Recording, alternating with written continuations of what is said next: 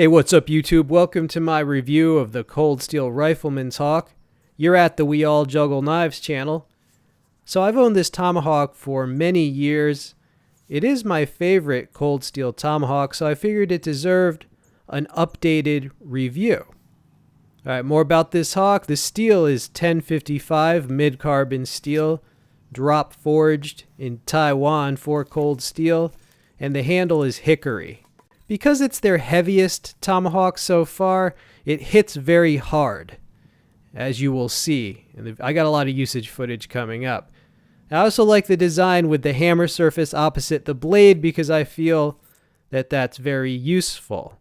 Right? Alright, we're going to do stuff with this hawk. In the text description box, I'll include a link if you want to pick up one of these. I saw, when I checked today, it was on sale for $31. On Amazon. Normal price is about $42. Sometimes it goes on sale for $31 or less, so I don't know if what price it'll be when you're watching this, but check the link and see if it's on sale. $31 I thought was a great deal for this hawk. Alright, so as you see, it's having no trouble splitting some firewood. Like I said, this one hits very hard, which is what I like about this hawk. You know, these cold steel hawks, they have a screw that holds the head onto the handle.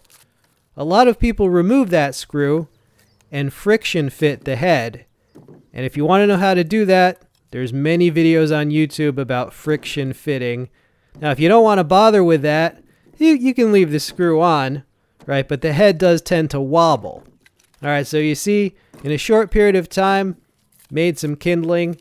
I want you to know what you're getting if you get one of these. The head does tend to wobble, but there are different ways to stabilize it. One way to reduce the wobble is to take thin pieces of wood like wood shivs and just wedge them between the hawk head and the handle. Alright, here it is doing some chip carving, and I sped this footage up because you get the idea. So this is just another task you can do. I'm just tapering that piece of firewood. Now, this would do better at this task if I thinned out the edge, right? As it comes, the edge is pretty broad, which makes for a strong edge, but if you want the edge to penetrate more deeply into whatever you're chopping, you can thin it out. That's just another way you can customize your hawk. See, these cold steel hawks are good project hawks because there's a lot of customization you can do. All right, I'm finishing this off with a knife. Now, if you're gonna nobody's gonna carry just a big hawk like this, I don't think. I would think you would always have like a small knife backing it up, right? Just for stuff like this, for finer work. That knife actually has a folding saw too in the handle, so I sometimes use that for woodwork. And here is the finished spike, which I made because I want to have something to demonstrate the hammer function of this hawk. With Tomahawks, there's always the question, do you prefer a spike opposite the blade or perhaps a hammer like this? I prefer the hammer. Since there's no spike there, I can take a really big swing, like I can wind up and take a really big sideways swing without spiking myself. All right, here it is on a log. It does pretty well chipping this log because we've had a lot of rain, so that log is little bit rotten, but it's the log I had around, and it, you know, spur of the moment, hey, why not do one more thing with the hawk in the video?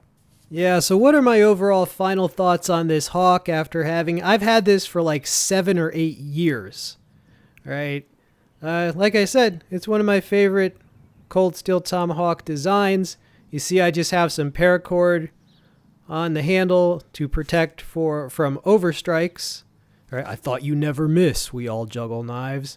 Well, just in case I ever miss, I have that paracord there, and it's also just a source of extra paracord if I need some when I'm out there. And speaking of cold steel Tomahawks, I have most of them, but I don't have all of them yet, but those are some of the others. And I will list links in the text description box.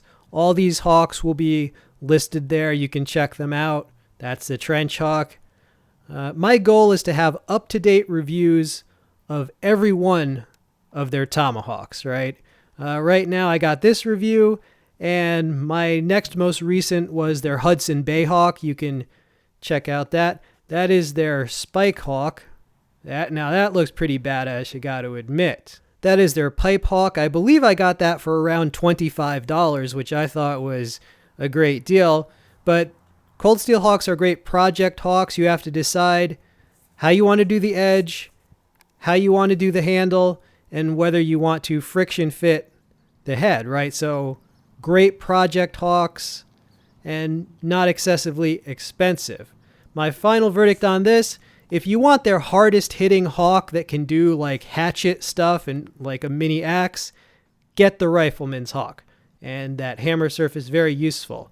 If you like videos like this where people do stuff in the review, do different cutting tasks, feel free to subscribe. Alright, check out the links for goodies. Please try to use those links. They do help the channel, and I really appreciate it. This has been We All Juggle Knives.